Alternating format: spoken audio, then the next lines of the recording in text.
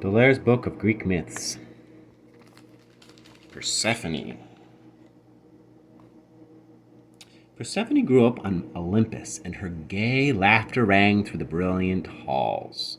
She was the daughter of Demeter, goddess of the harvest, and her mother loved her so dearly she could not bear to have her out of her sight. When Demeter sat on her golden throne, her daughter was always on her lap. When she went down to earth to look after her trees and fields, she took Persephone. Wherever Persephone danced on her light feet, flowers sprang up. She was so lovely and full of grace that even Hades, who saw so little, noticed her and fell in love with her. He wanted her for his queen, but he knew that her mother would never consent to part with her, so he decided to carry her off. One day, as Persephone ran about in the meadow gathering flowers, she strayed away from her mother and the attending nymphs. Suddenly the ground split open, and up from the yawning crevice came a dark chariot drawn by black horses. At the reins stood grim Hades. He seized the terrified girl, turned his horses, and plunged back into the ground. A herd of pigs rooting in the meadow tumbled into the cleft, and Persephone's cries for help died out as the ground closed again as suddenly as it had opened. Up in the field, a little swineherd stood and wept over the pigs he had lost, while Demeter rushed wildly about in the meadow, looking in vain for her daughter, who had vanished without leaving a trace. With the frightened girl in his arms, Hades raced his snorting horses down away from the sunlit world. Down and down they sped on the dark path to his dismal underground palace. He led weeping Persephone in.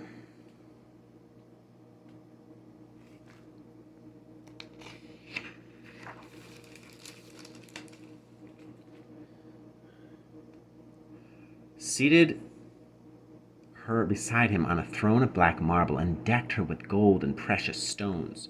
But the jewels brought her no joy. She wanted no cold stones. She longed for warm sunshine and flowers and her golden-tressed mother. Dead souls crowded out from cracks and crevices to look at their new queen, while ever more souls came across the Styx, and Persephone watched them drink from a spring under dark poplars. It was the spring of Lethe, and those who drank from its waters forgot who they were and what they had done on earth. Rhadamanthus, a judge of the dead, dealt out punishment to the souls of great sinners. They were sentenced to suffer forever under the whips of the avenging Erinyes. Heroes were led to the Elysian fields, where they lived happily forever in never-failing light. Around the palace of Hades there was a garden where whispering poplars and weeping willows grew. They had no flowers and bore no fruit, and no birds sang in their branches. There was only one tree in the whole realm of Hades that bore fruit. That was a little pomegranate tree. The gardener of the underworld offered the tempting pomegranates to the queen, but Persephone refused to touch the food of the dead. Wordlessly she walked through the garden at silent Hades' side, and slowly her heart turned to ice. Above on earth, Demeter ran about searching for her lost daughter, and all nature grieved with her. Flowers wilted, trees lost their leaves, and the fields grew barren and cold. In vain did the plow cut through the icy ground. Nothing could sprout, and nothing could grow, while the goddess of the harvest wept. People and animals starved, and the gods begged Demeter again to bless the earth, but she refused to let anything grow until she had found her daughter. Bent with grief, Demeter turned into a gray old woman. She returned to the meadow where Persephone had vanished, and asked the sun if he had seen what had happened. But he said no. Dark clouds had hidden his face that day. She wandered around the meadow, and after a while she met a youth whose name was Triptolemus. He told her that his brother, a swineherd, had seen his pigs disappear into the ground, and had heard the frightened screams of a girl.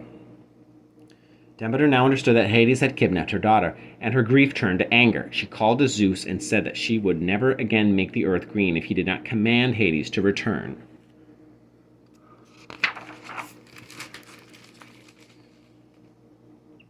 Persephone. Zeus could not let the world perish, and he sent Hermes down to Hades, bidding him to let Persephone go.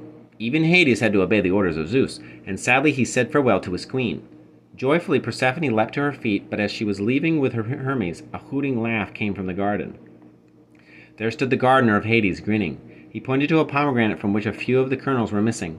Persephone, lost in thought, had eaten the seeds, he said. Then dark Hades smiled. He watched Hermes lead Persephone up to the bright world above. He knew that she must return to him, for she had tasted the food of the dead. When Persephone again appeared on earth, Demeter sprang to her feet with a cry of joy and rushed to greet her daughter. No longer was she a sad old woman, but a radiant goddess. Again she blessed her fields, and the flowers bloomed anew, and the grain ripened. "Dear child," she said, "never again shall we be parted. Together we shall make all nature bloom." But joy soon was changed to sadness, for Persephone had to admit that she had tasted the food of the dead, and must return to Hades. However, Zeus decided that mother and daughter should not be parted forever. He ruled that Persephone had to return to Hades and spend 1 month in the underworld for each seed she had eaten. Every year, when Persephone left her, Demeter grieved, nothing grew, and there was winter on earth. But as soon as her daughter's light footsteps were heard, the whole earth burst into bloom. Spring had come. As long as mother and daughter were together, the earth was warm and bore fruit. Demeter was a kind goddess. She did not want mankind to starve during the cold months of winter, when Persephone was away. She lent her chariot, laden with grain, to Triptolemus, the youth who had helped her find her lost daughter.